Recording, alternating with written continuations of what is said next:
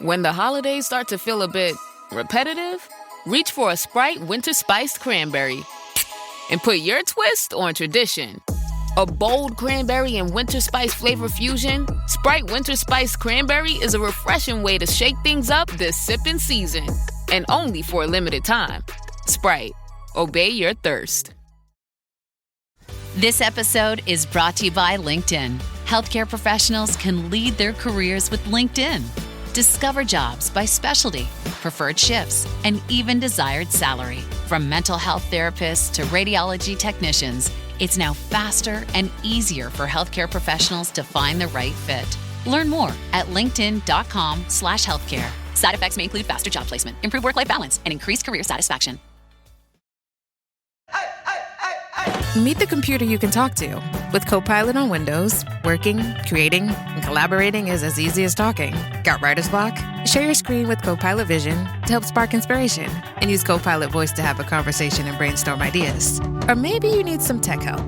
With Copilot Vision, Copilot sees what you see. Let Copilot talk you through step-by-step guidance so you can master new apps, games, and skills faster. Try now at windows.com/Copilot.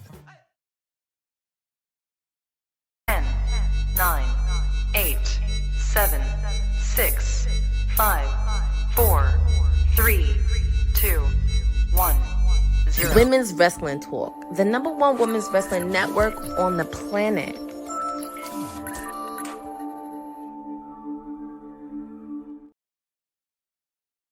I am your forever ROH.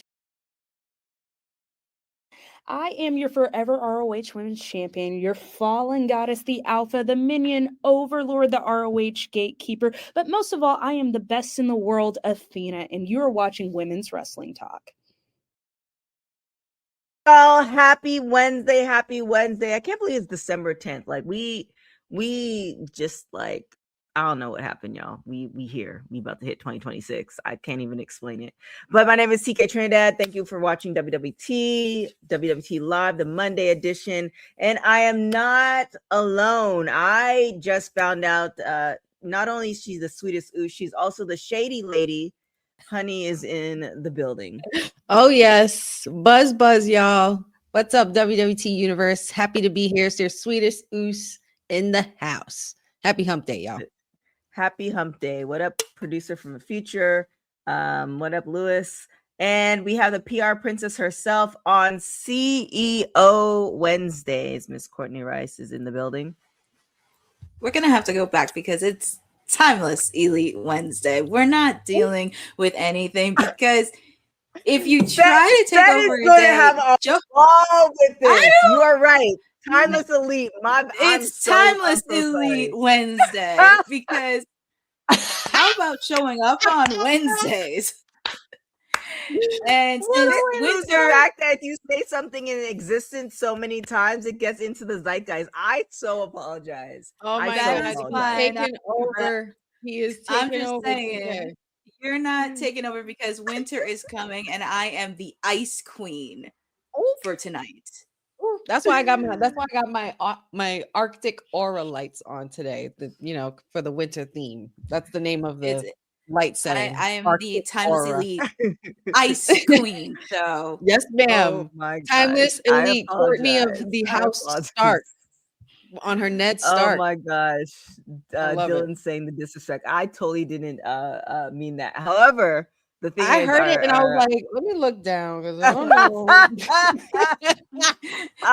Yeah. However, our super chats are open, so for $1 or $2 or more, you can ask me questions as to why I did that because I have no idea why. But I mean, you know what it was? I think I pulled a Kane because that's something Kane would have done, and he's in the. Gotta be Kane. That's gotta be Kane. When else fails, blame it on Kane. It feels like hellfire and brimstone here in Los Angeles today. In the middle of December, it is 81 degrees today. 82 degrees. Fantastic. As my friend has snowed in Toronto. Yes, East Coast. Everybody's experiencing a blizzard, so we're going to enjoy winter is coming as summertime is here in December here in Los Angeles. Big card tonight, big things tonight. Good weather to celebrate a lot of things going on. Good weather for who? For who specifically? Because you know, us on this side, on the East Coast, are freezing our tushies off around here. Just saying.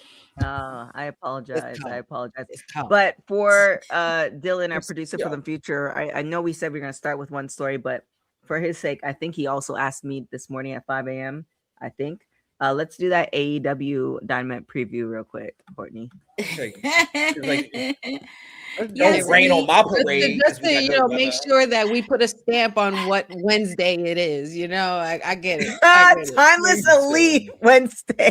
I already know Dylan's about to clip that. I already know. He already did it. He did it the second he heard it. Oh gosh. Yeah, I mean, what we come got, on. Courtney?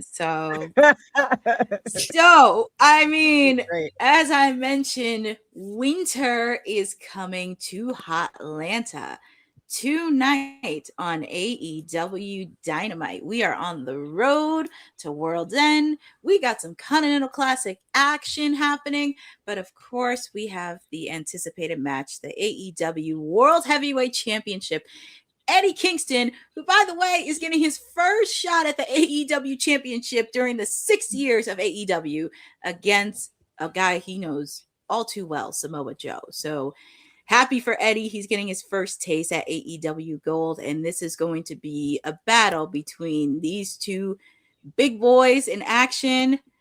And we said this many times. We conclude with the AEW Women's World Tag Team Championship match. We have the Babes of Wrath, Willow Nightingale and Harley Cameron, taking on the timeless love bombs of Timeless Toni Storm and Mina Shirakawa. And we will crown the inaugural AEW Women's Tag Team Championship match. And we also have this unusual match that is happening, the unexpected duo of Swerve Strickland and Hangman Adam Page taking on the Ops Powerhouse Hobbs and Katsuyori Shibata. Lots of chaos, lots of mayhem, and also shout out to Swerve because his new theme music is out today on Spotify. So make sure to check that out too. I was waiting for that.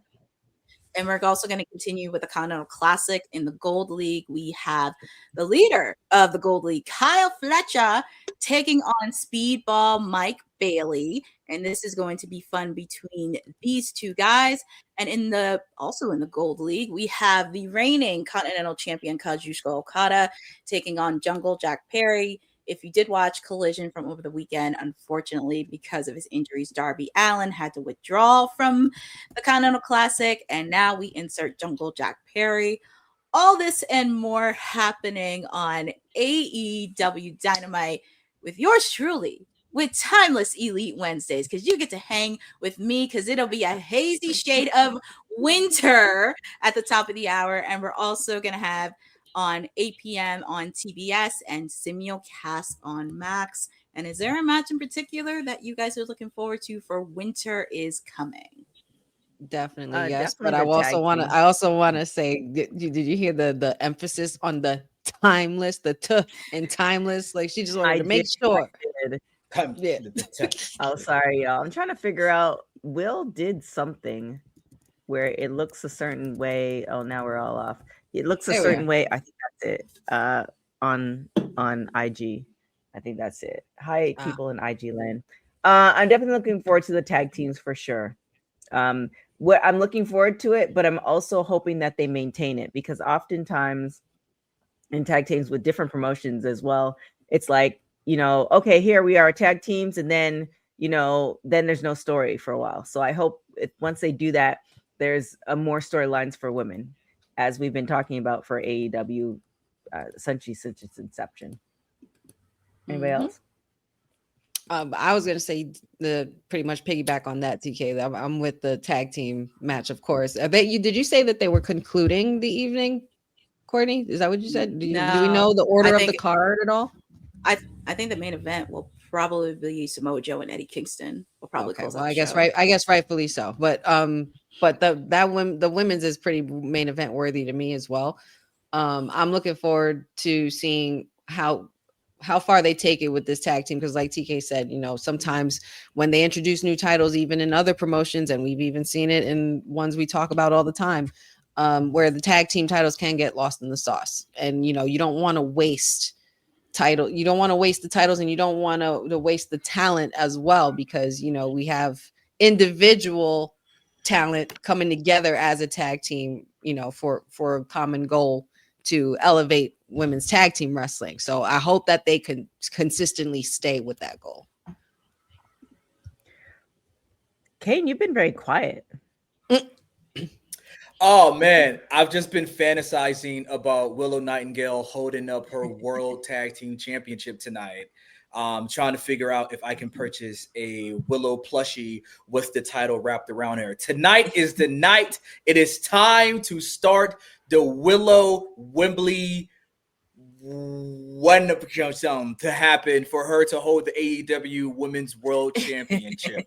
That last word's a lot of Scrabble points. We'll Google it later. Babes of Wrath, this is their win. Harley Cameron has had a hell of a year. Think about her taking on Mercedes Moné earlier this year in Australia, and the big pop she got. The Moné puppet, even though the Moné puppet didn't draw any stuffing or blood during the blood and guts match. I was hoping the puppet get busted open. It didn't. C'est la vie, but we're here now. I think that Toni Storm should actually eat the pin tonight, because Toni Storm is the only person in this match where this can happen to, and she can show up next week and challenge Chris Statlander, and we go, oh, okay, cool. It doesn't hurt her. It doesn't hurt her momentum at all. But we've seen too many start-stops with Willow Nightingale. For goodness sake, she won the Owen Cup, but she won it the year before the winner of the Owen Cup got a shot at the AEW Women's Championship. She was the NJPW Women's Strong Champion, but technically won it because Mercedes got injured. As soon as Mercedes got recovered, she dropped it to Mercedes. She was the TBS champion, only to be a transitional champion for Mercedes to win it. So it's one of those things where we've always seen Willow Nightingale, regardless of the fan support, she's always been right there. We need for her to take that next step. Tony Khan has said that he sees Willow Nightingale as the next big star in AEW for 2026. This is how you get there. She wins a major championship, the inaugural championship, one half of the AEW Women's World Tag Team Champions, alongside Harley Cameron, who's worked just as hard. And this Babes of Wrath tag team has gotten off and gotten over so well that I think tonight is the night where we see this. And they have a meaningful run. And as for Toni, she can go back to singles competition or chill. Possible heel turn maybe between Toni and or Mina. They could run that back. So it's going to be a lot of eyes, but I think Babes of Wrath raised the championship tonight. I mean, this is going to be just raise it up. Just pretend it's a title on this. Just, get my Willow. Okay. Gang, my Willow Warrior. Speaking of warriors, congratulations to Athena. She's reached 3 years as being the ROH Women's Champion. And we've talked about this quite a few times, definitely well-deserved. She's been carrying ROH on its back. And y'all know, both, my co-hosts and the people in the chat who've been riding for us from it, I'm the person who reads the book from the back to the front. I want to know how this is going to play out. Is there going to be an end, or is she just going to ride it for the next 5 or 6 years? But first off, congratulations. Well-deserved. Courtney, what do you think? First off, congratulations and well-deserved as being the forever Ring of Honor Women's World Champion in the Fallen Goddess herself. First off, the much deserving. This has been something we've been talking about the last couple months, even going back to summer. I did see her match against Persephone last week. It was a really good match, and it's going to be very interesting to see because Ring of Honor started doing advertising that she's going to have a celebration. So it's going to be very interesting because is this going to be the time that Billie Starkz gets a title? Because this been sneaking in because she was very upset that Athena didn't pick her as her tag team partner in the AEW Women's Tag Team Tournament. So this is going to be very interesting because we have seen Billie Starkz go for it. Because I know we've said Thunder Rosa, we said a lot of ladies, but I wouldn't mind to see Billie Starkz take the torch. But it's going to be very interesting on how this is going to play out. I would love for them to acknowledge it a little bit more on Dynamite tonight because one, they're in Hotlanta, you're in Atlanta, Georgia. So I would not mind at least if they did a little snippet, or if she did appear, that would be fun too. Saying like, you know, I have my celebration even on the next day. But I do think it's going to be very interesting to see how this is going to play, because the question, and TK, we talked about this last couple of months, like who is she going to pass the baton over to, and who better to do it than your own little minion who knows all your moves very well in Billy Starks. I mean, I'm definitely for it. Honey? Like Courtney said, we have been talking about Athena for a while. And, you know, there at this point, I'm going to put in a vote to take away the Fallen Goddess era and make it the Fallen Goddess dynasty. Because at this point, that's exactly what she's creating, a whole dynasty with her name on it. And 3 years, and it, you know, is a long time to be holding a title in the midst of all of that, you know, even with the Queen of the Ring premiere, you know what I mean? Champion even then as well. Like, you know, I mean, we saw her holding that title at the premiere, Courtney and you know, she's pretty much looks good, by the way, too. She looks fabulous. And I would consider this her final boss era, you know, and we're just living in it. And, you know, she pretty much, good luck finding somebody to top this woman, because I'm always here for a dominating queen. Okay. Rachel Ellering, she was awarded the 2025 Sportswoman of the Year. Actually, sorry, before we go back there, I have a question for you, Courtney. Thunder Rosa and Nyla Rose, have we seen much of them in AEW? So this is very interesting because I know Thunder Rosa is getting ready to get back in the ring because she's coming back from injury. And it's kind of crazy. Her and Nyla Rose have a podcast together. Right. That's why I asked. Enough. And yeah, they have a podcast together. I haven't heard much about Nyla Rose because it's kind of really hard to do with the fact like she was a former AEW Women's Champion. So I would love to see her back on television. It's just like kind of where you're going to put her in place, because the last time we did see her was she did face off against Mercedes Moné for the TBS title, and we did not see her afterwards. So I would like to see her maybe put in something for 2026. I wouldn't even mind seeing her if she participated in the women's Owen Hart Cup tournament, which that would be really awesome to do. And same thing with Thunder Rosa. That would be a good return for her, depending on her rehabilitation, because I know she mentioned that she's training, she's getting ready to go 100%, really being stronger in 2026. But make sure to check out their podcast, by the way. For sure. I mean, oh, sorry. Well, TK, I was just gonna say real quick with Athena. Congrats, 1,000+ days. She said over 33 defenses. 2 of those have been against Billy Starks, back-to-back Death Before Dishonor main events in 2023 and 2024. Nothing this year, but I feel like the potential coronation of Billy Starks is kind of come and gone. It's a little cold at the moment. If they were going to do it, they should have done it in 2024. It could have been a Cody Rhodes-esque in which he loses the first time to Roman, but wins the second time. The minion could become what's the person that controls the minions? Gook or something? Grok? Gru. Yeah, that becomes the Gru and like becomes everything, or like the master minion person. So I feel like if it happened now, it just wouldn't hit the same, because it's like, especially with this past Death Before Dishonor, she defended against Persephone, fire match, by the way. I thought Persephone was going to go over because CMLL is kind of like, hey, you got all of your guys beating our guys. MJF and Claudio both went into light heavyweight and heavyweight championships respectfully. Let our gal get a win over your champion at a major event that she's also been on AEW television, as we saw Persephone back at Forbidden Door in London. But it's just kind of like, we need something to spice this reign up. It's been 3 years, and it's been one of those, okay, is Diamante or Billy Starks about to turn at the end? Nope. It just went off with them holding Athena in the shoulders. And it's like, all right, we need something to spice this up here. We thought that maybe Mercedes and her would have a thing, but instead Mercedes went after the women's television title. So it's just like Athena's happening to happen, which tells me, does Tony Khan have faith in any other of the ROH women's wrestlers that can? And yeah, that's what I was. That's what I've been wondering. Way. I think that's why we talk about it so often, because it's like, is it because he doesn't have faith? And it's no, like, it's kind of a catch-22. She's been doing a great job, but at what? Thanks, Adele. But at what point? Skin is glowing.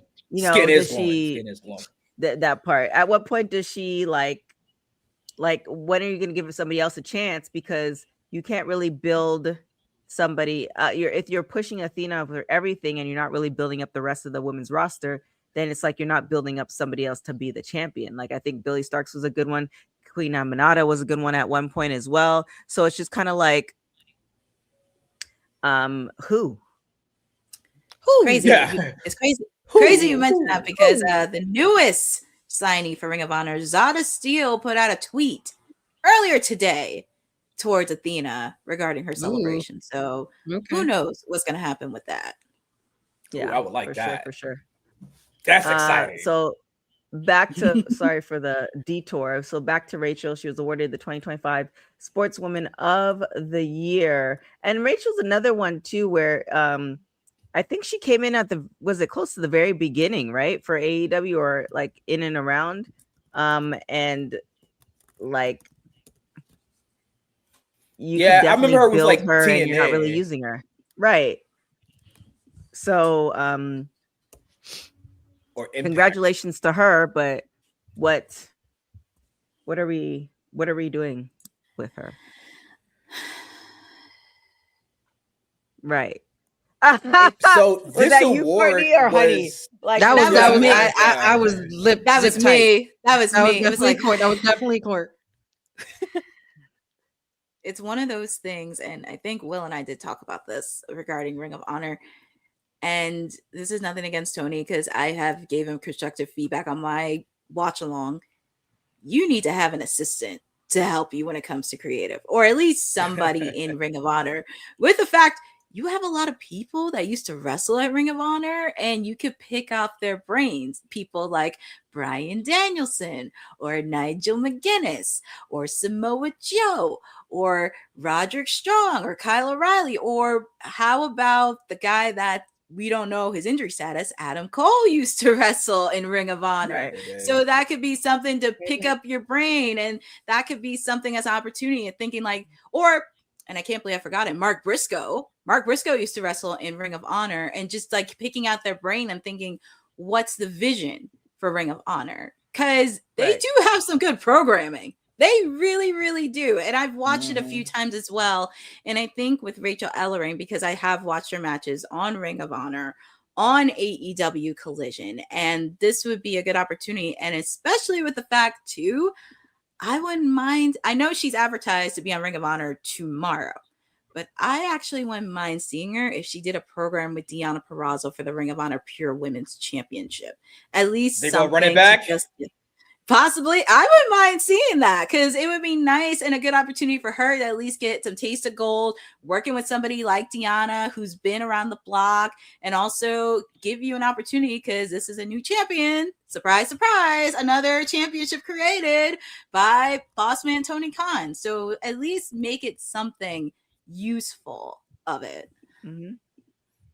Yeah, for those of us who may not have access to ROH Honor Club, Courtney and I were referring to that Deonna and Rachel have had previous Pure Rules style matches. So I can absolutely see that happen until Queen Aminata returns. They'll be good for Rachel Ellering to be on like television. She hasn't been featured since I think like September-ish on that one episode of Collision, and even longer than that with ROH. So was this award given by Tony? I saw that this was the same fit she had on backstage during AEW. So is this from AEW ROH, I guess, right? That was ESPN. Well, you know, if it's ESPN, they're gonna have a giant E on it. You know what I'm saying? So, you know, they were like, hey, look at us, it's ESPN. Plus, ESPN doing work with AEW right now. Oh, you know, they're trying to keep that on the low because they all about the stamps territory. But regardless, I mean, congrats to Rachel Ellering for winning. Yeah, a girl just raised. Oh, my bad. You're right. I read the caption wrong. It said a girl. So on her post, she said this past weekend at work, I was awarded the 2025 Sportsman of the Year.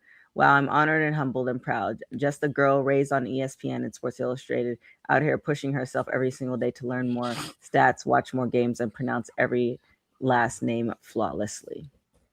So it's like, where at work? Like, I know she's not like working at. Yeah, like, somebody said that Trader in Joe's. Yeah, somebody said that in a thing. I was like, you have a real job? Where is the real job? It's like a shoot job or something. But again, that's the fit she had on in pictures where she was at AEW ROH. But anyway, regardless, I hope this can be a boost for a big 2026 for Rachel Ellering. I really enjoyed her work in TNA. Then Impact back in the day. Really loved it there. Of course, she's the daughter of legendary WWE Hall of Famer Paul Ellering. So it's in her blood. It's in the family. Hopefully we can get some more sites of Rachel Ellering on TV. I really enjoy her, and she's had some good matches with people I've got to learn. And I remember her match with the then Maggie Lee from back in the day, who is now M by Elegance in TNA, which kind of put Maggie Lee in my radar. So yeah, like Rachel's out there, man. So hopefully we can get some spotlight on her. A different person, well, thing or show we should put a spotlight on. I think we were talking about it. Unreal. Season 2 will be released on Netflix January 20th. And it's interesting because I think we had, ironically, you see Becky and Seth on there. And I think it was Seth who said that he wasn't really for the show. I might be incorrect, but I find it odd that same. They're the ones on the cover, which now makes me think, like, was it a work for them to say that? And then a couple weeks later, Unreal is coming out. We did do a watch along and post show for Unreal before the show even came out. I think we talked about in the summer how I absolutely loved it because I like to know all the little things that happen because I'm just nosy like that. Yeah, it was mixed reviews. Right. Yeah. Some wrestling purists felt like, nah. I think Bubba Ray said he didn't like it either.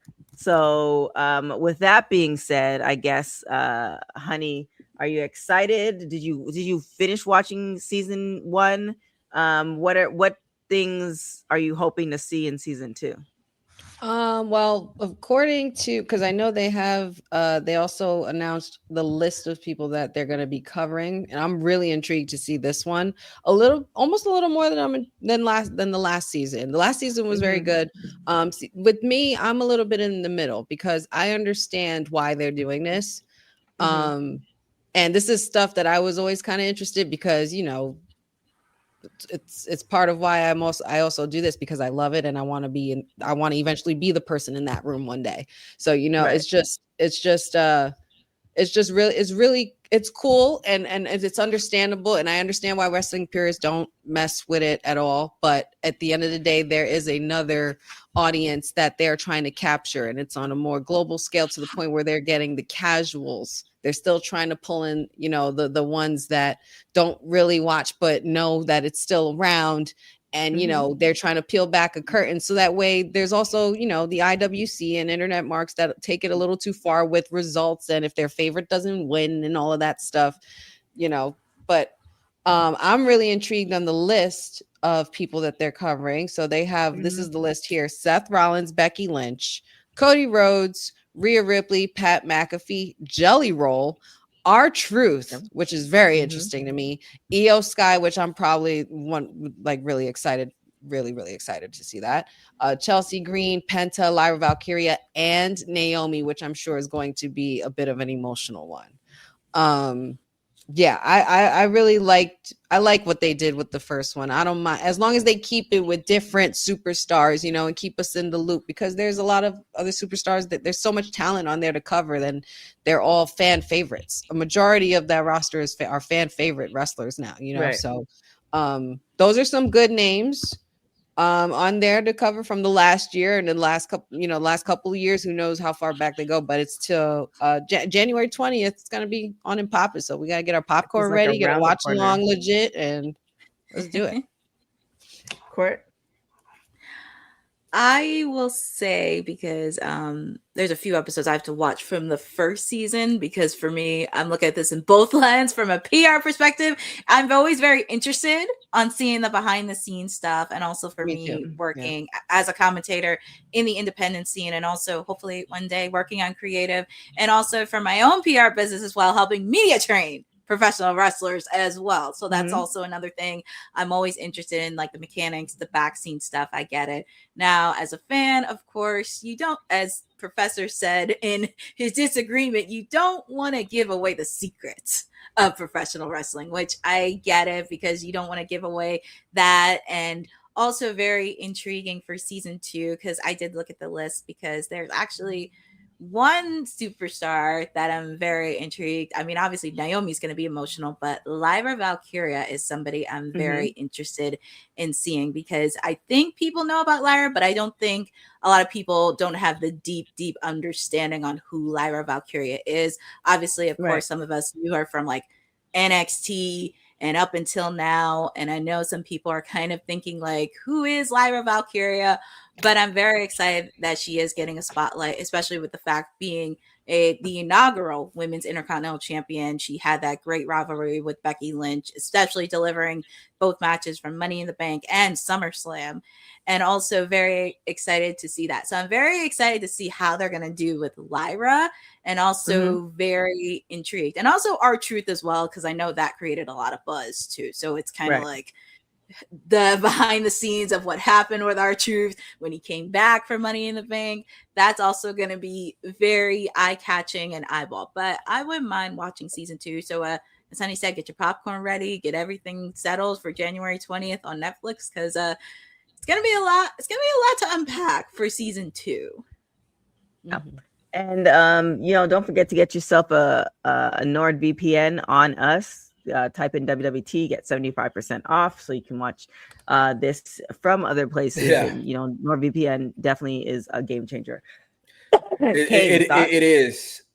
Listen, if season 2 of WWE Unreal doesn't open up with Triple H watching AEW Wednesday Night Dynamite with his jaw on the floor, looking at Andrade in the ring with the Callis family, trying to figure out, isn't this guy still under contract but a non-compete? What's going on here? I need to see whomever talent relations. I need to see Nick Khan call it Andrade on the phone, talking about, what are you doing, bro? Caprende, Vamanos your ass back to Stanford immediately. We need to have a conversation. Primo, cabron, you understand? Capiche? I've always had mixed feelings about WWE Unreal. I didn't watch season 1 because it's still real to me, damn it. There are some things about professional wrestling that you have your fans over here and you have the people, the professionals, everybody inside of it. I think that the crowd that WWE wants to go for, they don't care whether it's real or fake. They're the ones that call wrestling fake anyway. So for them, they're just like, see, I told you it was fake. I told you it was. That's not it. Here's a question, right? I'm assuming that at one point we all believed in Santa Claus, right? Of course.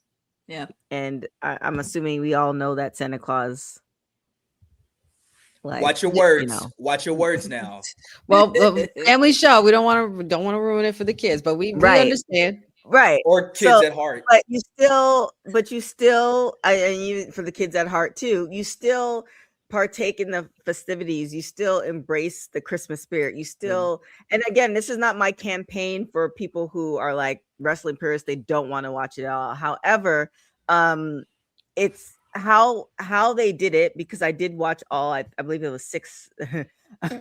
Cindelia, hilarious. I believe there was like 6 episodes. How they did it when it came out, everything had already come out on WWE. Like the storylines had already come out on WWE. I reference back to Kim Kardashian, for instance, when she got robbed in Paris, right? When the show came out, the reality show came out, that had already been done like 6 months prior. So I feel like, you know, these and how they're doing it, it's, you know, reality shows are not like they were before. It's very scripted.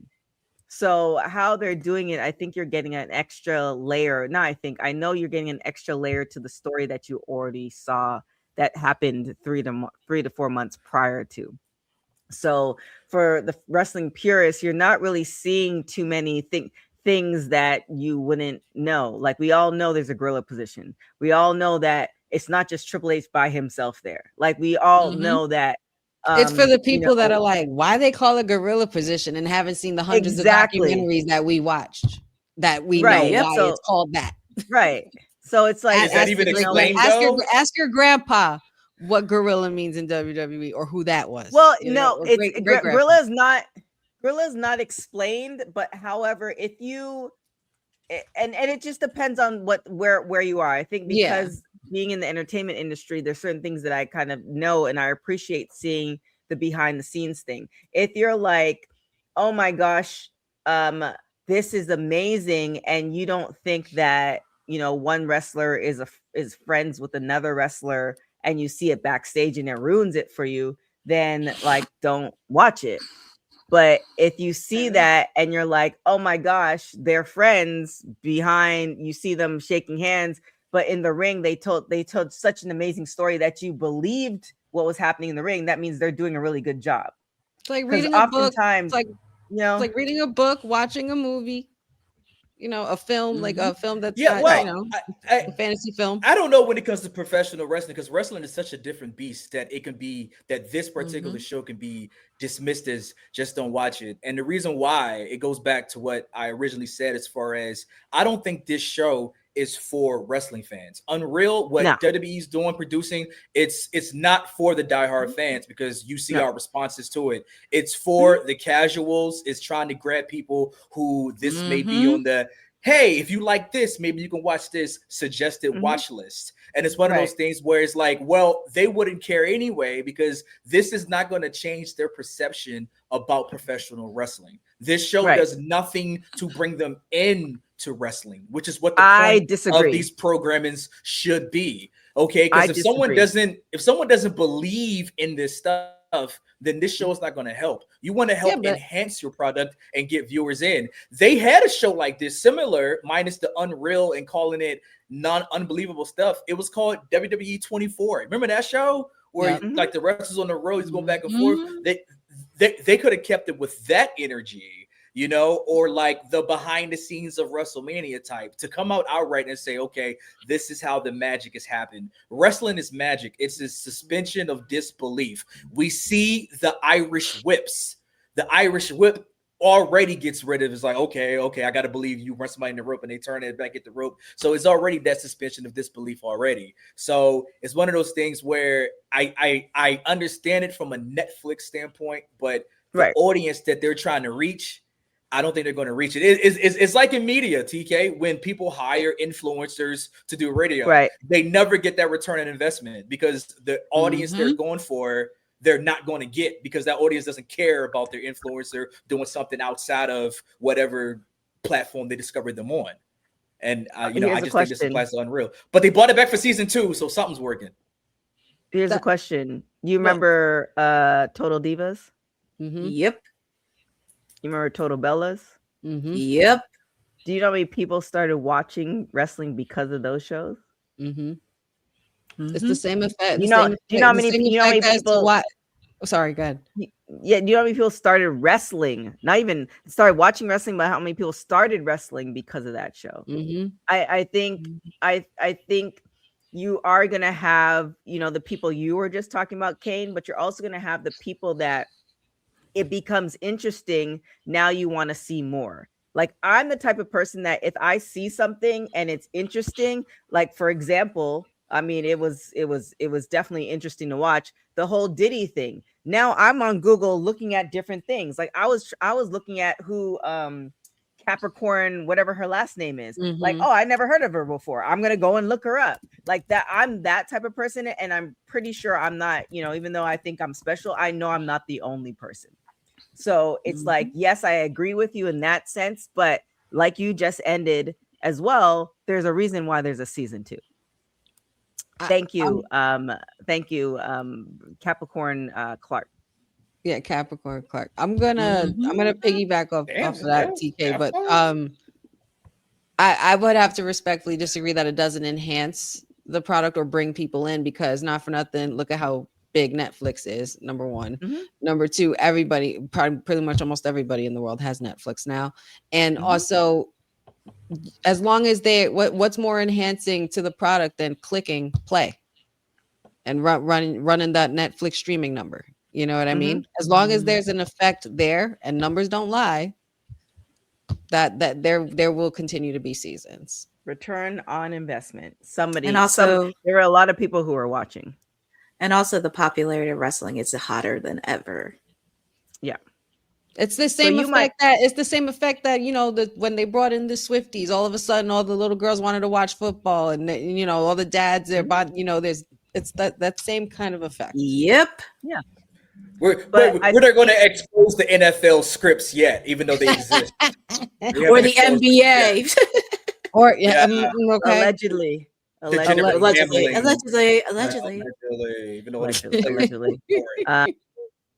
See, I mean, we have Jeffrey. I'm a dude who loves behind the scenes stuff anyway. Like it, and it depends. It really just depends on the person. Like, you know, I know one thing that really killed it for me, but then also pushed me in the direction of being in entertainment was when I first came to Los Angeles and I was doing stand-in work, and I saw, you know, how shows were really made, and I saw that there was multiple cameras, and so the magic of television changed for me because now I know how it works. But then it switched over to I can be a part of this and make the magic happen for somebody else.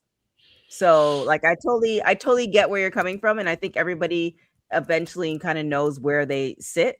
But I think also too, enough people decided to sit and watch, and we have a season 2. So and Kane, you know, the entertainment industry is terrible right now. So the people who are doing the editing and the filming and all that other stuff, you know, they have jobs. So you know, congratulations to them. And then also, I think if this would have happened, Unreal was this thing 24 years ago, it might have been a little bit different because we were in a different world. But 24 years ago today, Chris Jericho became the first ever WWE Undisputed Champion. Great. Like the fact that Le Champion, like this, and I think we talked about this 3 or 4 weeks ago. You know, the Jericho Cruise not having AEW folks, his contract being up soon. Are we seeing like Jericho eventually making his way back to WWE? 24 years. Can you imagine him celebrating his 25th year in wrestling at the home he started at? Hey man, pointing to the left, pointing to the right, do the dance. He's getting our rap money. January. See you at the Rumble, Y2J. He beat The Rock and Stone Cold Steve Austin in the same night. That's you, like the two biggest stars of that time. Jericho beat them both and became the Undisputed Champion, the first ever. That's just iconic. You can't take away that accomplishment that man has done. You just can't. Yeah, that's, you know, and you know what's crazy about it too? At this point, even if you were a fan of Jericho and you followed his WCW run, you know that this was like, when you saw this moment, you're like, holy like, wow. Like, just when you thought he couldn't do more, he did. And even after that, thinking about it, before and after of this Jericho, can we really say Jericho ever had a bad era at this time? Not really, no. No, and this is 24 years ago today, and it just so happens to be your 25th year next year, the 25 year of Jericho thing. Are we gonna get that in 2026 in WWE? Like I said, I'm counting down. So I'm just hoping that Millennium Clock comes up again. We need the Millennium Man back. Side note. have you guys noticed how many clocks have been on WWE programming lately? Like, as soon as I saw the Gunther clock, I did the meme where I set up when Gunther was like, put the clock on to count down him beating up Cena in 4 days, whatever. Something about that felt very like, hey, by the way, put a clock up, put a countdown clock up. Yeah. You know what I mean? Like, very foreshadowing type of thing. I was like, that's interesting. Okay. Yeah. Huh. I don't know. That just really stood out to me. That just really stood out to me for some reason. I don't know why. I just really noticed that. But Chris Jericho is on my Mount Rushmore as far as the modern era. A guy who's been literally everywhere. The last of the Mohicans, the guy who starts out in the Indies, then does Japan, then does ECW, and then WCW, and then WWF. And then, reinvents himself several times. That Chris Jericho we saw from 24 years ago is not the same Chris Jericho. Like, that's crazy to think about. You know what I mean? Like, you thought Y2J would be the peak, and he becomes Le Campeon or Le Champion, followed by the Ocho and the Nueve. And in between the that, learning tree. The learning tree, you just made the list. Like, the scarf. That was my favorite. The scarf and the list were definitely peak Jericho moments. For just sure. Anything, whatever tag teams he was a part of, Jericho and all of that. Like there's not a moment that I could remember. Like, you definitely can't. Basically, you definitely can't tell a story of wrestling without Jericho. I mean, it's the greatest hits. What, Dean Malenko being the man of 1,000 holds, Chris Jericho being the man of 1,004 holds. Was it Malenko or was it number one? Was it Malenko or was it Benoit with the one match that Jericho had where he lion tamed somebody on a ladder? Does anybody remember? I just remember that moment being so tough, and I'm like, I've never seen that in my life before. I need to find out. Hold on. Yeah, because that is a peak Jericho moment that I remember visually in WWF whenever it was. It was WWE. It was WWEF, whatever. But Walter Jericho on a ladder. It had to be like Money in the Bank, right? It had to be like a Money in the Bank, something like that, or a ladder match. Yeah. That he just had to bust that. But again, iconic moments. I got it. It was on top of a ladder on multiple occasions, most notably against Chris Benoit. Yeah, it was Chris Benoit where he did that. I just remember like moments with Jericho. That was big. I hope you guys enjoy watching it on Daily Motion or something, because that would not be in Chris Jericho's recap Hall of Fame package. No, it probably won't. It probably won't. No, but it was a good match. Likely, but it will not. Yeah, the list of reasons why he should face Goldberg before he had a list before he had the list. Crazy. Love the whole. Definitely, congratulations, Chris Jericho. And the fact that it's going 24, going into 25. These are the things that you are documented, and these are the things that definitely we are going to be documenting with the Women's Wrestling Archive. So we'd appreciate your support. Women's wrestling didn't just show up yesterday in glitter boots. We've been here the entire time, body slamming through history. The Women's Wrestling Archive launches January 1st, 2026, and it's going to pave the way for all women's wrestling. Because if we don't document it, a man might say he did it first. This has been a passion project for a very long time. Head over to the womenswrestlingarchive.com to donate $1, $5, or whatever you can. It all goes a long way. Let's give these women the spotlight that they've always deserved. Her story belongs in history. Help us preserve it today.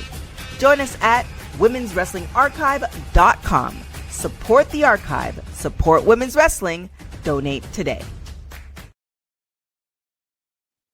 All right. Another thing we have with TNA. So Matt Hardy says he wants TNA to focus on story more than 5-star matches, which I think is more like AEW territory, where they're definitely more match heavy. versus TNA had always kind of been about the stories. And WWE, it just kind of depends on who's wrestling. Damn, Eddie, Learning Tree was trash. Okay. Thoughts on that, Courtney? What the Matt part, not Learning Tree. Brain Keith over. I'll talk about the Learning Tree later because there was actually some parts in there, but I'll talk about that when I watch along. This was very interesting because Seth posted this in the chat, and also with the fact too, Dax from FTR tweeted to Matt about this earlier today. So it kind of falls and tails with everything else, which I find really hilarious, where Dax defended good old Uncle Dave, because we all know who he is in the wrestling world, and really kind of going on to say about the 5-star matches, but not the storytelling. And this is something we have talked about with AEW, providing consistent, keyword, consistent storylines, because we have seen them really pull it out, obviously, with Tony and Mariah May. We've seen it with Swerve and Hangman. And obviously, even though it didn't get much extended, MJF and Will Ospreay was teasing for a little bit, and also with Orange Cassidy and John Moxley. So it's really interesting to really figure out, and with the fact too, because it doesn't shock me with Uncle Dave, with the fact that you tend to favor FTR, the Young Bucks, the shiny little toys, but you tend to trash everybody in AEW that's put on better matches than they did. That's the thing that finds me very intriguing on that.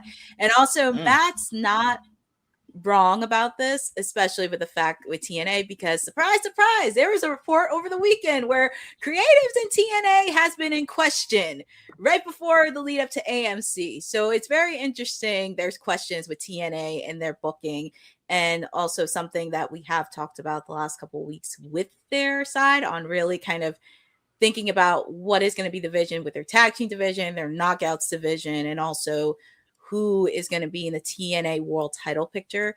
I do think this is something to really think about going into the new year, specifically for AEW and Dax and everybody else in AEW and just wrestling overall. Sometimes it's better to really keep your mouth shut on certain stuff like this and just focus on the problem that's in front of you instead of going to social media. You heard what she said. All right, honey. You heard it. You heard that. And that's on period. Matt Hardy is not wrong. No, I don't think he is wrong.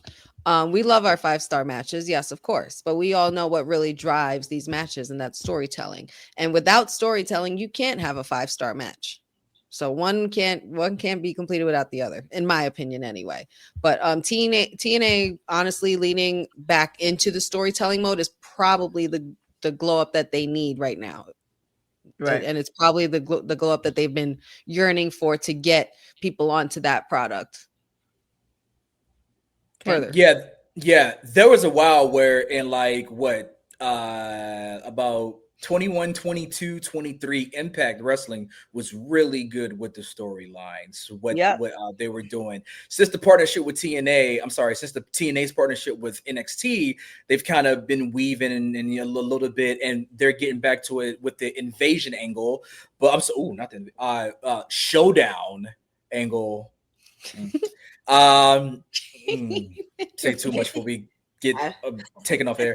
But yeah, and now they're going to get back to it more, obviously, for 2026 with the AMC and some storylines inside as well. Listen, I remember when Dax Harwood and Dave Meltzer were beefing, and then they've kind of settled the beef, I guess, after Dave bigged up AEW and FTR. So now they're like BFFs and possible, source receivers, exchangers, whatever. Them and the Young Bucks. But this whole thing is just, wrestling has multiple subgenres. Some people like 5-star matches. Some people like seeing the Hardy Boys crash through the Dudleys through tables. Wrestling is for everyone, and that's the reason why we have different styles. Could you imagine if every match was a 5-star, if every match was a table spot, if every match involved bleeding? Oh no, did I just describe an entire AEW card? Listen, no. It's one of those things where wrestling can be for everyone. I think AEW has to accept some of the criticisms. We love AEW. We are happy AEW. Trust me, those of us who saw the demise of WCW are happy AEW is here. But sometimes you have to listen to feedback, to positive, constructive feedback. And Matt Hardy, who was in All Elite Wrestling, so he knows the everyday happenings in the company. He's like, hey, you need some storytelling. I know people talk about Dudley's and Hardy's for the umpteenth time, and that Bubba Ray spot at the end of him accepting his fate and going through the table was a little, but guess what? It told a story. You remember it. You felt something. You felt something in your soul when you saw Bubba Ray Dudley, who you've been watching since the mid-90s in tie-dye and stuttering, putting people through with tables, stockings on our arms, and you know what I mean? Yeah, chain on the jeans. Watch the Hardys, who somehow were in fashion when they started dressing like that. It went out of fashion, and now everyone dressed like the Hardy Boys again. Looking at you, Playboy Cardi. They lift up Bubba and put him through a table, and just like that, 25 years of the Dudley Boys, donezo. You felt something with that. You now imagine if there was no storytelling, no build-up, and the match just happened. Okay, cool.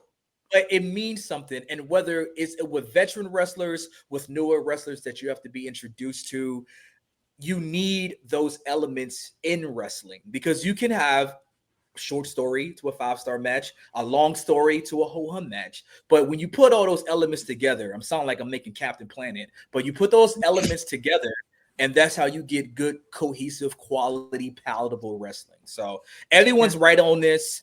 I just hope Dax don't make a call to Cash to pull up, because Cash be having that tank going on allegedly, according to that one. Oh my God! They all in North Carolina, so if they really want to pull up, what I mean, just keep it wrestling, boys. FTR, they be outside. That Cash Wheeler, that boy. I don't know who it was that posted it, but I had seen a video online of like the montage of the match with the Hardys and Dudleys, but the music behind it was Creed's "My Sacrifice." I was like, you know what? Y'all just trying to like, y'all just it's just the nostalgic, the emotional. It's awesome, because it's like, if you know, and it's like it was a story that literally transitioned through different promotions in wrestling time, like, and everyone in every promotion who's watched those things knows that story. Period. And we all pop the same. All pop the same. Cool. Absolutely. From a kid to adult, like everyone does the dance, like do. The music, it's like yeah. Another person's story we've been following is Masha Slamovich. So she had an incident, a couple of incidents, according to her ex-partner that she posted up on Twitter. Fightful had said that her contract with TNA was up soon, and as of today, she's been removed from the TNA website. So with that being said, do we have any thoughts, as far as what is next for Masha?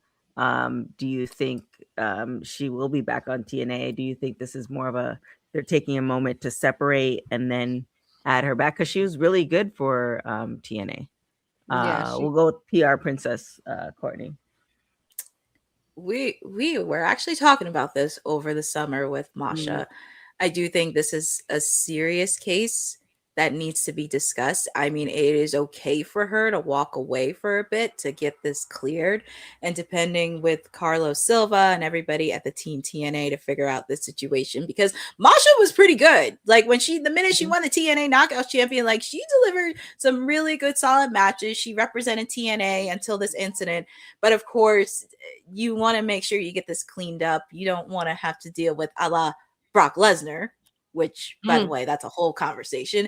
But with Masha's case, it's just really kind of taking a backseat on this, because, like I said, domestic abuse is something that should be taken very seriously. Doesn't matter if you're a male or female or a child. Like, this is an issue that has to be taken seriously, and have to make sure both sides are pretty good. I know there has been a lot of concern because it was her ex-partner Well, technically not her ex-partner, but there were some reports floating around that it was one of her ex-partner's friends that reported this. So don't quote me on this, but there has been a lot of story chatting, but I do think this is something she can, and it's okay for her to back away from this, but this is something TNA is going to really have to do because Ash already retired and you have Lei Ying Lee as the reigning TNA Knockouts champion. So this is something they're also going to have to figure out going into 2026 with the AMC deal on where is the vision and where is it going to lead to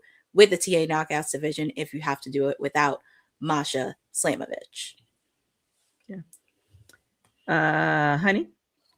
Well, considering that also her contract with TNA has expired this month as well, I think it's not.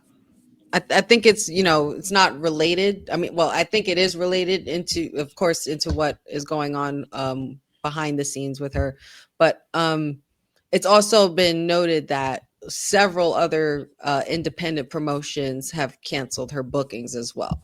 So in order to clear your name, you have to clear yourself of the environment that you've been surrounded by, so that way you can get your personal life together. And if that's what she needs to do, then and that's what she should do.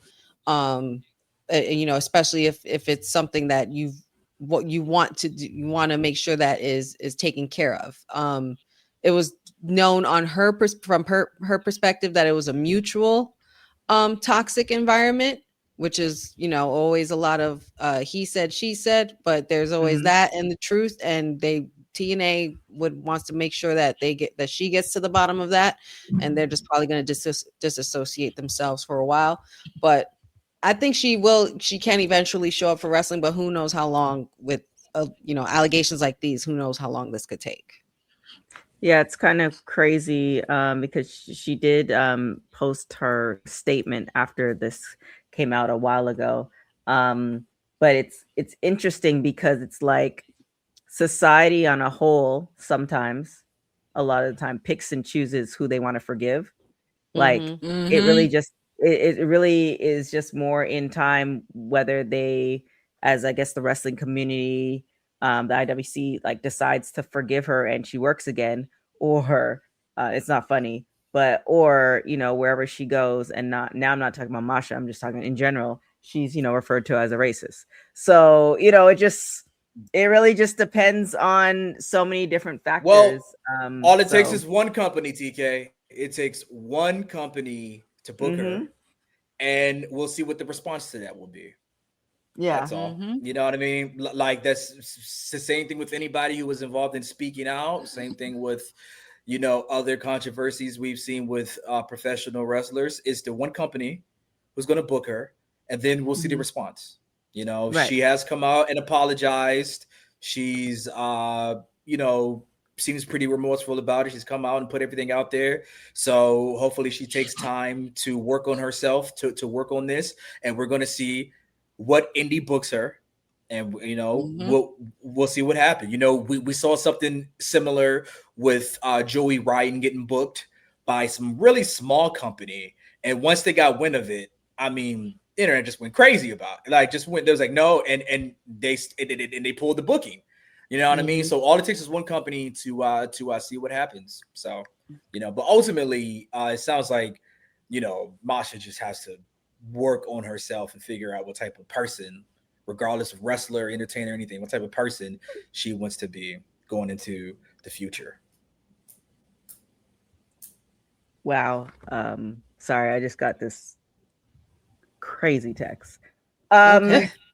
Was it from Masha Slamovich asking to be on the? No, but it ironically, if I were to tell you, like, obviously I won't say it on the air. If I were to tell you like what it said, I was like, okay, you would never know. Anyways, I apologize. So yeah, we'll see what happens and how society chooses and how time plays out. With that being said, is there anything else you guys want to talk about? Let's talk about that text you just got. So what? It was revealed that you know who the masked man is. But the masked man. Who's the masked man? What do you know?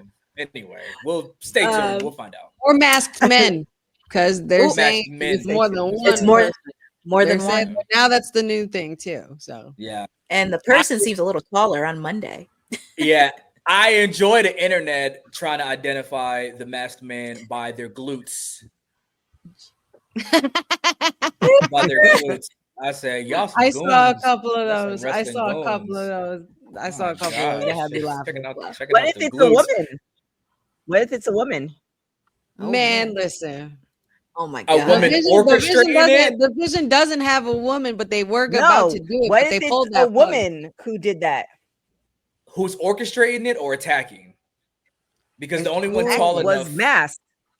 The only one tall enough for that is like Raquel, right? Who looks but that dominating. But then also that first person climbed that ladder pretty agile. It looks fake how they climbed it, almost like AI. Like I like was like, Spider-Man. Yeah, like oh my god, Spider-Man. Their jump press must be crazy in the gym. I'm like, so we got to think about who's got hops on that first one. Yeah, Ooh. I'm watching those Sheamus Celtic Warrior workouts to see who's like doing like the high jump press. Well, y'all saw what I said in the chat. You know what it's given? It's given a certain Mr. Montez Ford. Those. Oh yeah, that's right. I was thinking Montez. I'm just saying. They're even putting the black eyeliner or the guy liner on there as well. I saw that too. Yeah, just to throw it out. Yeah. And also the jeans were baggier this past week. Also, if you notice, baggier jeans. Not to confuse this for a book for a book talk masked man. Okay, guys, this is wrestling. What is a book? Okay, what is that? I'd have to explain that later. Book talk. Courtney, you're giggling. One thing I know you know. But me? Yep. No, I don't know. But what I do know is I could, but John Cena signed an extension with WWE because we didn't talk about John. Oh yeah, that's right. That guy. Is he busy this week? Because we started talking about AEW. Is he busy this week, John Cena? Got anything going on? Who, John? Yeah. Oh, it's his last match. It's only his last match this week with Gunther. Last match. Asterisk. And he also signed an ambassador deal too with WWE. Yes, he did. 5 years, right? 5-year ambassador. All right. Well, shouts to Cena. I wonder, will he do the ambassador appearances in a suit or in the jorts? Most likely a suit. Like, would it be suit? There could be. There's no better ambassador to pick, honestly. I mean, we knew it was coming. Y'all. Like, nobody's surprised. Is this a different version of a Legends deal? What is what's the difference between the ambassador and the Legends deal? Or is he going to be like a correspondent in the future as well with certain things? Or going to all the global events? Titus O'Neil is an ambassador. Oh, well, yes. Okay. Yeah. So I think it's, Legends deal, I think global ambassador is more wrestling related. And ambassador is you're doing stuff that's also in addition to outside of wrestling, it seems like. Because Titus does he does the school stuff, he does so many different things that are outside of wrestling. When's the last time we seen him? But he's still an ambassador to WWE. Last time I remember seeing Titus was under the ring at the Greatest Royal Rumble. No, I knew. That's the last time I remember seeing it. And Corey almost pissed his pants on air. Under the ring. But it was a good tag. I actually did enjoy the Primetime Players tag team. It was just. Oh, yeah, of course. Hell yeah. They were a good tag team. It was just the booking. They were fun. Creative part. Yeah. It was their manager making that joke that WWE did not find funny. When, they kind of went away, came back, tried to get it. It wasn't the same. Cena, I just can't let go that he's going to come out at the end and say, I'm not done, or you're not done until I'm done with you. I own your soul. I just can't shake it. That's the storytelling You know, that's the storyteller in you, and I totally understand. But part of me has it. Sorry, Dax Hartwood. Tell us stories in over my here. head. Sorry, Dax. Like, I have it in my head that Cena's definitely gone after this. Like, he's a man of his word. He's constantly saying it. He's standing by it, and you know he doesn't miss when it comes to keeping track of things that he says. At least for the most part, he's always very eloquent when speaking. So I mean, I don't know, man. I feel you. I feel you in the heart, but this just feels like a work. Like even the announcement of it. Like who announces? Hey man, I'm going to like. What are you, Kobe in 2016? Like what do you mean? Like let him this be. is my last year. I'm out. Sell the merch. Sell. And then just at the end for them to say, Rock's like, no. I don't care what you said. I'm the final boss. You got to come through me. I just can't let it go. I need to let it go. You're right. This is unhealthy. I need to let it go. Yeah, because it's not. I mean, we have the Rock kind of doing the whole not Grammy. He's thing, an but actor. Oscar thing. He's got the Golden Globe. He's a campaign. He's a campaign. Golden Oscar campaign. You're right. But also too, Cena said when he first announced his retirement, I think that was Money in the Bank in Toronto, that he was good. Like this announcement is not new. Somebody did ask him if he was going to still work with WWE after his retirement. He said, yes, I'll be working in a different capacity. So this is really not news if you go back to the press conference. But I also do see, like, I would love for there to be a swerve as far as retirement. But I was talking about it on Before the Bell. It's just very, dry and straightforward and no shade. It's just kind of like, all right, you've had a good run. I didn't necessarily agree with, I wanted the heel turn to last longer, but there's a lot of things that we don't get. It is what it is. And I think it's going to end with him doing almost like a curtain call. Thanks y'all for supporting. And I also think the year thing, what he did, I don't think that was necessarily his plan, but think about all the ticket sales and think about the shirt sales and all this other stuff that they were able to milk him for over almost a year. He was talking about that in Chris Van Vliet's interview yesterday about the marketing plan and that it took so long to plan, like making every single shirt, making every single merchandise, and really figure out, okay, I'm going to be retiring. Because at first, originally, it was supposed to be 226 dates, but it got cut to 36. And he explained that which is insane. in his interview. Can you imagine? There was like, we don't do house shows no more, cuz. We don't know house shows, man. We talk about, man. We do weekly episodic television. And not for nothing, Cena, John, it probably wouldn't have been good for you to do that many dates. Considering the way we've seen you walking out of these matches this year, bro. Take it easy, man. Take it easy on your back. Get done. You're good. You're good. You don't have nothing to prove. Whether it was 200 or 30, whatever, I don't care. I'm glad that we got this run of Cena. I'm also glad I was able to see him personally too myself when I went to SummerSlam. So it's just like quality. I'm gonna be the one blasting bad man on Saturday, popping champagne, celebrating. Like, you did it, bro. You did it. That's gonna be me on Saturday. Oh my god. Of course, because the time is now might get DMCA'd and taken down off of streaming platforms by then. Who knows? No, I'm kidding. Because of that weird lawsuit thing happening right now, the copyright thing. What's up? Apparently, yeah. Anyway, but and this is my last thing on it, TK, because you mentioned earlier about the merch and all of that, and they're milking Cena. That's why I can't let it go, because TKO, who has made it known that they only care about money, does TKO really want John Cena's last match to happen on a Saturday on Peacock in DC? Or do they want that match in Vegas, bro? Well, here's the thing, right? So I understand, and I would have, if I were to book it, I would have booked it on a PLE. But Vegas, we've already seen the tickets are already crazy. You're paying your rent for tickets. For Saturday Night Main Event, I'm curious. I don't know if you know this, Bosa, how much the tickets were before Cena announced his retirement versus how much the tickets are now. So it's like you're getting more money on places on shows that you weren't getting as much money compared to WrestleMania. WrestleMania, that's money already. Like you don't like it's not based off of Cena. Cena might have jumped the price a couple of thousand more, but now you're spreading that across because what about the people who can't get to Vegas, who are not going to invest in last year's hotels? Mania. Well, I'm just saying Mania. That's for last year's Mania, but now they're using that. They're instead of the people who necessarily couldn't get to Vegas for, like, say if they were going to put him on for next year's Mania, right?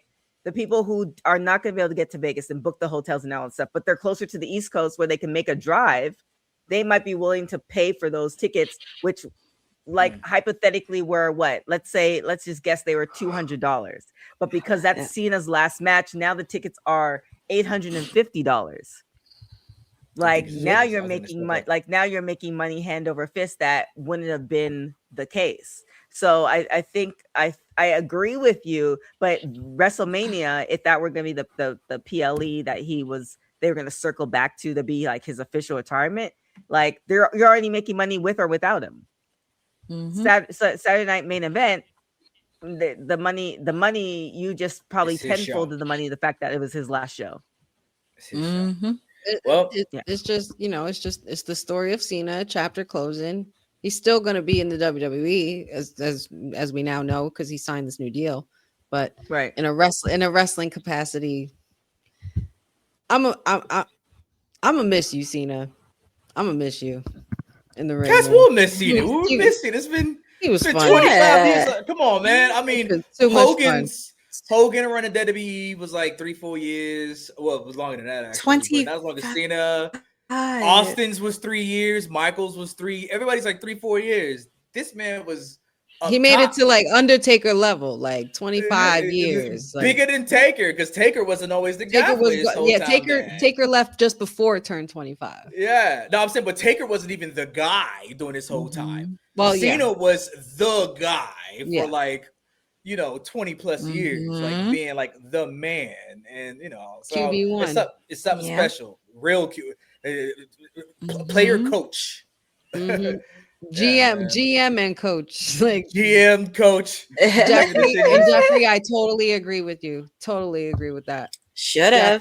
That's totally that's the era he first.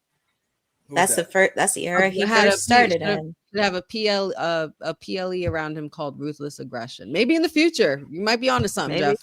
Yeah, maybe. I like Lynette, we will answer your question on Friday because Courtney has to get ready for her watch along for AEW. So with that being said, so that means you have to make sure you like and subscribe our YouTube page and come back with that question. And she's on SmackDown too. We could talk about it Friday. There it is. Yeah, we can talk about the queen. With that being said, Courtney, where can everybody find you? People can find me top of the hour because winter is coming. Because your timeless elite ice queen is going to be presenting to you because there is a cold breeze coming through Hot Atlanta tonight. It is timeless elite Wednesdays because you get to spend it with me. We're on the road to World's End. We got Continental Classic action happening. So much is happening. So you can spend it with me. You can also follow me on my socials at CourtneyNJ11 on Twitter and Instagram. I do have some content happening. And also I will be dropping something on social where I will be giving recaps of Continental Classic because there's just so much wrestling out there. And I don't think anybody's covering the Continental Classic, but there are some good matches. So catching you up to speed on everything happening. Make sure to follow ISPW Wrestling because they have so much shows happening throughout December. February 13th, that'll be the next time I do commentary. Girl Power Pro Wrestling 3, we're going to have Carissa Rivera, formerly known as Elektra Lopez, and the Virtuosa and the inaugural Ring of Honor Pure Women's Champion, Deonna Purrazzo, will be in the building. So happy to see both of these ladies. Yep, Jersey. Happy to see that. And also, it's almost there, but make sure to check out my interview with Gail Kim. It was a very fun interview from GCW Fan Slam. I was very happy. Yes, I was very happy to see that. And she is a huge supporter of Women's Wrestling Talk. So make sure to check out my interview because it'll be dropping soon. And honey, where can everybody find you? You guys already know, buzzing around WWT Mondays, Wednesdays, Fridays when I can. Most definitely on Fridays, especially because we have our Honey Night Smackdown watch along every Friday. There will be one this week, so make sure y'all tune in with me. Also, Kayfabe Podcast is back. We know. Life has been lifing, but Kayfabe Podcast is back on this week as well. Check me out with the brothers Will and Dion for tomorrow night as well. And all things Wrestling with Honey YouTube and podcast launching 2026. The time is coming. Time is not now, but it's coming. Hey, Kane, where can everybody find you? Yeah, and real quick, I know to piggyback off of Courtney and ISPW, big shouts to Vicious Vicky. Mm-hmm. Yeah. Yes. Vicious Vicky. If you guys saw the John Cena tweet, she had a really heartfelt post to John Cena, and John Cena responded, and now her Twitter is jumping like Jordan. Everybody's checking her out. I believe Courtney, she's the current ISPW Women's Champion. No, she's not. She's a former. The new champion is Tina San Antonio. She's a former. And the new champion is Tina San Antonio. She just dropped it though, right? Because she had it when she dropped that Girl Power Pro Wrestling. Right. Yeah, like in September or something. Okay, bet. Because I remember bet. Yeah. So entertainment here on Women's Wrestling Talk. But shouts to Vicious Vicky. She said some TNAs run back in the day and all of that. So Cena, man, like just continuing to help women's wrestling. He was down there with Bailey and Lodestone. And he just continues to give back. So hopefully we can get some eyes on Vicious Vicky. Just so I can get passes from Courtney to go to the event as well. So, that's the plug. That's the plug. Plug alert. You can see whether or not I get those passes. Kane McCoy, follow me, Threads, Instagram, Twitter, MySpace, all of that. Check it out. What theme song you got on your page? What theme song you got on your page in MySpace?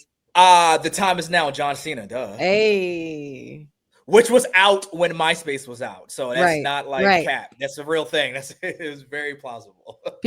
Some people watching us. Well, if you, I'm not gonna give out anybody's age or anything like that, age range, but the kids are probably watching this like, what's MySpace? What's MySpace? What's that? It was like Twitter, but like safer, better, funnier. Better. Oh my God, MySpace, more fun. My God. I knew how to where we all learn how to be graphic artists and stuff. Talk about it. The copy and paste. Well, just coming to your page to show some love. Make sure you show some love back. Glitter GIF. There's a glitter GIF of a horse and a heart. Remember that? He's like just showing your page some love. Oh yeah. Bring that back. Mm-hmm. See, we used to be a proper country. Think about that. All right. On that note,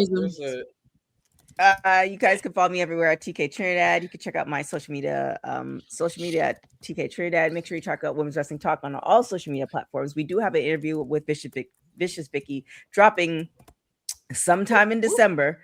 So definitely check that out. But thank you guys so much for your support for Women's Wrestling Talk. We are going to have our annual end of the year show, so we'll have a time in that's going to be happening on Sunday, and we are going to have a watch along and post show for Saturday night main event as well. So keep it locked for all our shows, etc. Thank you guys so much for watching. Thanks for joining WWT. Don't forget to like us on all social media platforms at WW Talk Pod. Like and subscribe on all video and audio platforms like yesterday, my G. And check out our website at www.talkpod.com. Thanks for watching Women's Wrestling Talk, the #1 women's wrestling network on the planet.